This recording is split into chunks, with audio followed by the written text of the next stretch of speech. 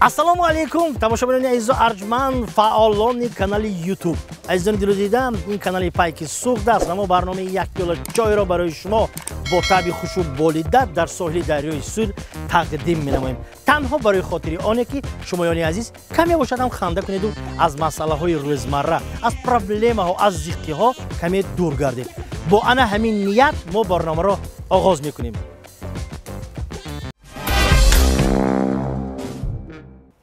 زمانی آدمای بسیار کاردان و کارچالان شده مانده است. اگر شما مثلا گیریم یک تا کار نفهمید و همون کار با اگر دست زنید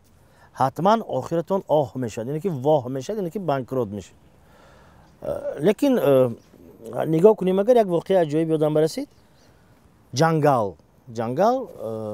روی با مرغ قپیده است، چوجه قپیده است، چوجه قپیده است. اکنون میخورم گفتید چوجه هم بسیار کاردان بود است. خاله همین منو نخورید نمیشرمی؟ چوه یه کار شما با مصلحت من همین زده رفته داداون بیمه گفته بیام هواهای خورید کلام نکرد من کتید چه میشید من کتید دندان کاوا کم کردن نمیتونید من گفتم اونات روی با هم من با این سال گول بود است مالش رفته گفته بیا و گفته ساعتیت دور برفته چوه جام خاله گفتم ها ما اینکوباتورس کی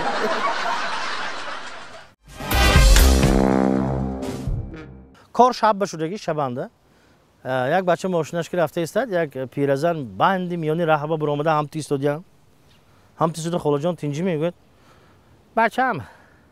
39 سال آمدگی من برده و قبرستانی و مونده بیا سنگک با گفتم من دیگر یه خاله بیده میگه پاتون مانی شبانده من کرا نه کراست رفته میسد نگاه کنه آینه بکی یونشن با همون پیرزن برافسودیان یا توبه کردم اصلا بستم اینسمی جنسمی نفهمیدم نصفی شبانه اینو پیدا شد شما آدم می یا بی نام می گفتم به آدم بری چپانم درد به در ماند ساعتی من بروم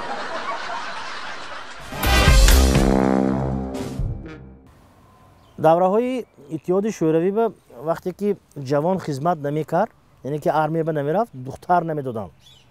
خاندار نمیشد چوه نگاه دین بود از بچه فلانی میفته اکو همون دوره به خدمت کردگی های مثلا گیریم اگر پرسیدگر خدمت ها چخیل بود گفته بودیگر البته همین گپه میزنند یک تا خخال بود گنده زدم دیما ویا گفته سه تا همین خیلی واخوردیان خدمت کردگی همون وقتا با هر سیاشون هم خدمتی 3 ساله با یعنی که مریک به خدمت کردگی ده سانی تعریف سر کردیم بعد وای نیمته تعریف سر میشد ده مردم همین خیلی کو همین پدوادنی لاتکی ما آشناها گنده کلام بود باور کنید کماندیر این طرفی پدوادکا و این طرفی پدوادن لاتکا به پریکاستی هم گفته افتابوس که می آمد دویمش نگاه کند که جدا واهیمه حالگی با این شداست اوه چی نیه تقاره چه بوده است و پدوادن لاتکا یعنی ما با کماندیر پریکاستی هم گفته اول طرفی پدوادن لاتکا این طرف ما سمالیات که آمده میفرامد پریکاز میداد سیومش اکو من چی گوی میخواه با هر دو اینجا پلانکه بالا بعد داشت گفته است که اولی هر دو تا نمیچینی تقاره چه بوده است چو انی شما کلام می انی ما پاور همون آشپز شلمی شقه میکر همونجا نه گوشتش همین نیه میگفته کماندیر فهمیدم به پدوادنی لاتکا که میدار آمد در این ستیل بفته است الان شده خیلی شما میگه یا لطیفی کویت گوی رفیقا ها همین تاجیکای ما حاضر عجایب شده گیده یا تا مردک آکوچه یک تا نالی اسب یافته است میدونیم چی افته است سیتی دیگه یوام یک تا اسب میخرم افته است کار بینید حیات همین خیلی ده حاضر معلم رفته مثلا گیریم استاد شدگی استاد معلم شدگی خلاصی گپ انا کسب و کار یک تا مردک با 40 تا زنا 40 تا هنر کم گفتگی با این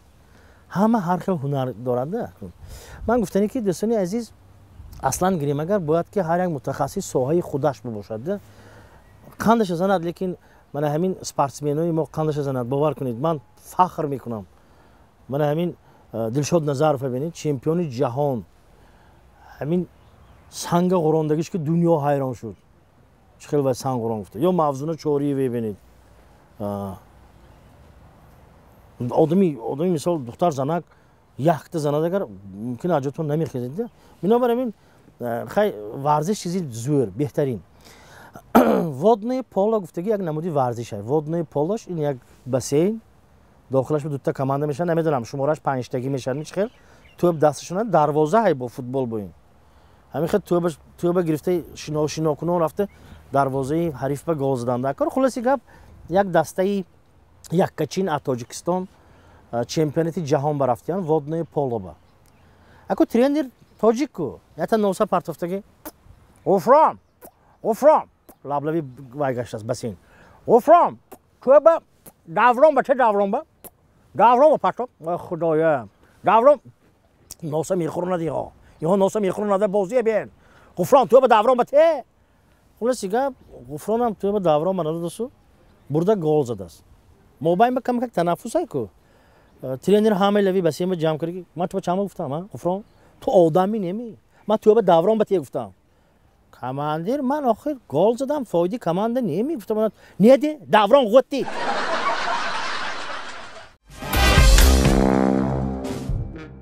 هر یک اویله به میشد کو بعضا زنها ارکگی میکنن کو یک زنک هم تو بیگاهی روزی شوهرش تلویزیون تماشا کشته است نزدیک شوهرش با اومده داداش من خوش رومی داداش موی سرم خوش رومی ای خدایی داداش خندم خوش رومی فتی صد و مردکم دلش بزدی کو منه بین تو آیننده ناموساسی می حاضر یه رفت چای بیار یک واقعی دیگر زن برای آمدن شوهرش تیاری دیده است خلاص ابروان خوشروی کرده هم تو گرفته این طرف کتی آورده این طرف چسبانده است میشگانوی چسبانده است 3 متر هر بار این خیخه کند پردی خانه جو میساز خلاصی گپ لبها بوتکس خوشروی شده ناخونوی دراز کرده همش خوشروی کرده آمدی شوهر به تیاری شوهرش آمده است هم تو آمده شنیدگر هم تو آمده داداش گفته من تا چای بیار حاضر گفته رفته گشته با آمده داداش گفته من گوش کن چیزی خوراک پختی حاضر من این مرده که باب میکنم گفته رفته پراتیو گاز همونجا هم تو گرفته پوشیده راست آمده داداش گفته من پاشته چی نمی خفه نمیش ما زنها دوام بدیم اگر خبر داشته باشید شهر خوجان من 2 سال میشود که اتوبوس های نو آمدگی اتوبوس های خیلی بر هوا داخلش بسیار کلانی خوشرو از بیرونش نگاه میکنید بسیار یک نمودی ظاهرا با بسیار نمودی زیبا دارد انا ایستگاه به میستید اتوبوس خودش آمده میستد درهاش گشوده میشد اتوبوس میدارید لیکن اکنون روزهای یکشنبه با آدم مول میشد آدم بسیار میشد زیقه آدم اکو پیشره و یادتون بیارید دیگر پازیکا بود کو همه یک دیگریش کتی مثلا گریم ای ریشتونه گرید اینجا قطیق کراس اینجا من گفته آدم پور بالی کتفی شفیار به اتش بچه‌ش شینانده مانده است یک ست سمکه اینجا بسوده است سمکه اینجا به شفیاری بچونه من نم تسوده است خلاصی گپ آدم مول یک آدم نشستگی بالاش همین خیلی آدم ها همه تروبای خبید راست شده است یک بار بالی سرش به یک چی چکیده است هم تو کرسه نگاه کرسه بیند سمکه هم تو که اوکا جان بامی بادرینگ محکم کردیم خانه برساسید میگفتم نه سکچه پسر چما برساسیم روز یکشنبه سیراده میشد گفتیم از بازار برآمد به یک اتوبوس می آمده میستاد یک موسیقی دقتی بچه کی داویسودیان اتوبوس هم های کراس با داویسودیان موسیقی بچه ایستا به خدا دویامش میبیاد همون بمیشنیم ایستا گفت نه من داویدم نکن بابا من داویدم نکن بچه هم ایستا آخر و به نمیرسونیم و برو دور برو داویدم و بچه هم دور برو دیگه تو همین اتوبوس چسبیدی گفت من شوفری همین هوا خنک زمستان خانه یک کس مهمان آمده است مهمان آمده شتگی هوا خنک نگاه کند که یکی دوید از زمین به میبخشید محترم میزبان خانه‌تان به موش های میگفتم نه موش اول نبود جن موش عموما نیست این ترکنا پالتو پشتگی برنامه یک پیاله چای ادامه دارد یک تا خالم یه روز بیمارخانه با آمدیانو یک خودم نشانتی هم افته خاله جان گپ زدیم در چی شکایت دارید دکتر پرسید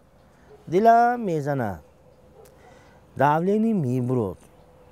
پاچکم در مونه مزم نیست من ویم انالیزهای دیسوی چیز کرد خاله شما پاچکو به زور نتیده خیر همین خیر مثلا چیگم شما کجا زندگی میکنید من 12 آشیانه به دیدید می پاچک به زور آمدگی حرکت کنید پاچک به زور نبیاد است بعد 3 ماه با همون کامپیر آمدگی بچه‌م یه باری انالیزا میبینید چی گفتن نشون انا کو زدنی دل نرم با آمده است همش نقص خاله جان زور شدید درست شدید شما خدا بشکر خدا بشکر من 12 آشیانه به اطناف کتی برامدن دلم بزد توبه خدا بشکر اینا دوستان عزیز تصور میکنیم قبولگاه یک کارخانه خیلی عظیم در قبولگاه آدمان نشستگی رئیس یک بار ماشین فرآمده آمدیان گلنار جان این سه تا میمون با کافی کنید سون درارید گفت رفتی صدگر از خفا آواز شده است سه تا نه دو تا من ترجمه یک زن کتی 30 سال 40 سال 50 سال 60 سال زندگی میکنن خیلی بعضیا نیمی راه به تاخیر نکرده دیمش میگیرن لیکن من درباره آن نفرایی که صادق میمونن 50 سال زندگی میکنن یک زن و شوهر 30 سالگیشون جشن گرفتن همراه زندگی کردن مردکم یک خرسند کنم هفته اجازه کارش اومده زنک همین هفته 30 سالگی هم بوده 30 سال باز یک تا بالیم به سرمان ساسیم همون به من رخصتی مهنتی گرفتم کجا برم تیا خواهی من ازبکستان یک سیر کنیم نخواهی اروپا رویم اگر با نخواهی اگر خیر چی کنم من گنی گپ زن گفتم من زنشم اینجا ما نمیریم وقتی کرانتیننده آفچه قلچه میریم آفچه قلچه به چی بعد اینجا می اونجا حتی قدوق بود است قدوق چاه میگود کو همونجا باید تنگه پرتفتا آرزوتونه گپ زنی جامعه عمل میپشت است همونجا میریم خیر کو گپی زن گپ کو مثلا گیریم بعضی خونه ها با مردکم برام دیگه آفچه قلچه رفتن حالگی و چشمی گفتگیش با آدم پور زنکو مردک پور مردک یا بالا کر بینی آدمو کتی پیشمون چشم بگذاشته تنگه به یک چی گفته پرتفته است نگاه کنه زنش آ بیا کو من آمدم زنش هم آمده همین یک چی گفته میگم گفته سراغ افتی دست دادن چاه با مردکم توبه کردم خدا حقانی راست گفته بود این چشم آرزوی آدم یک دم جامعه عمل میپشونه صد توبه خب بعضی اویله های کمتر چی میگوید ویا سوستکا کایکو روسش به اصطلاح کتی ترمز تلسلی همین خیلی اویله دخترشون شوهر کردن خیلی مادر بعد از یک هفته دیدنی دخترش میرد دختر یک بار از خانه برآمده سو همون خانه زندگی میکشه روی براشون تریوما بود است آینه روی بینی هم تو نگاه کنه خودش ای وای ها ترمز کو ای وای این دویم زنش هم بود است این مرزنده یو حاضر گفته که بوواش مهمانی بام دیگه بووا اینجا بیدی با ها دخترم تینجی می گفته بیاد کجا دادی تو من شما این دویم زنش هم بوده است چه خیال گفت من نه گفته بوواش پیش آینه باورد است بوواش تو نگاه کنه ای وای پیر بوده ساز زنش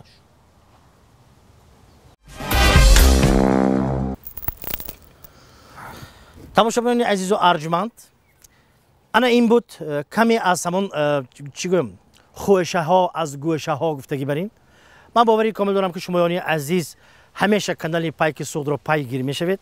لایک گذاشتن رو از خاطر نبرید دوستان عزیز و باز گفتنی هستم که آن نفرانی که تا حال خبر ندارند که در کانال پایک سوخت برنامه یک پیاله چای با بنده گنده تشکیل شده است خبردار کنید و هایم خواندن تابشون رو بالیده سازند در همین جا